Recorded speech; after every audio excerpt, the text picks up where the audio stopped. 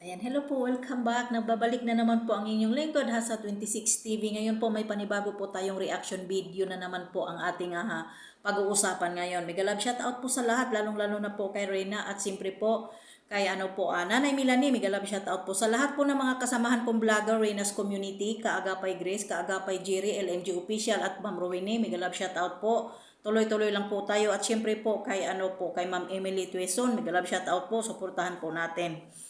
At ngayon po ako po ay magsasalita hanggat kailan ko gusto. Solita Bautista, makinig ka sa akin, hayop kang babae ka. Tanda-tanda nyo na po. Masakit po bang balik iyong mga sinasabi? Solita Bautista, masakit po ba ang sinasabi ko? 'Di ba? Bakit nagagalit? Bakit kayo nagagalit? Bakit kayo nagagalit sa sinasabi at binigyan kong reaksyon ang iyong sinasabi about po dito? Sa sinasabi mo na sinabi ni Ate Ruda na ni-restrict ni Ate Ruda si Nanay Milani dahil tumawag si Nanay Milani, doon kasi daw nag-trigger si Rina. Binalik ko lang po ang sinabi mo. Binalik ko lang po, bakit po kayo nagagalit ngayon?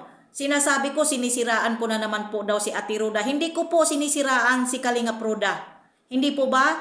Ikaw mismo, Solita Bautista, ang nagsabi. Diyan sa comment section, sabi mo, tumawag si Nanay Milani kay Kalingap Ruda na nag-trigger daw si Rina. Hindi po ba yan po ang sinasabi mo? At binigyan ko po ng opinion. Ikaw po ang nagsasabi dyan, Solita Bautista. Tapos noong binalik ko sa inyo, sinasabi ninyo na sinisiraan ko si Ate Ruda. Hindi po ba ikaw ang nagsasabi niyan? Hindi po ba Solita Bautista? Hindi po ba ikaw ang nagsasabi niyan? Basahin ko ulit. Solita Bautista ang matandang gurang na paurong. Okay. Umpisa pa lang nagwawala na si Rina. Tumawag si Milani kay Ruda, ni-restrict ni Ruda para hindi na siya makontak. Naku Milani, nasa huli ang pagsisisi. Hindi po ba? Ikaw ang nagsasabi, hindi ako. Diba Solita Bautista, sa'yo nang gagaling na si Kalingap Ruda o si Nanay Milani tumawag kay Kalingap Ruda na ni-restrict ni Kalingap Ruda. Alam nyo po ang restrict, black na po yun eh. Yan po ang ibig kong sabihin. Ang boba mo, ang bobo mo, pati pag-restrict, pati pag-black, hindi mo maiintindihan. Hindi po ba? Diba Solita Bautista? Solita Bautista, makinig ka. Makinig ka,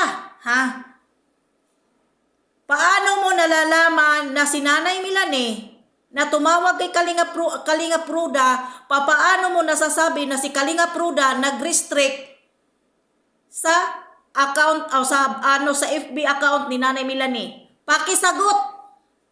Pakisagot bago kayo magkuda sa akin. Never ako na sinisiraan si Kalingap Ruda dito sa aking opinion, sa aking vlog kanina.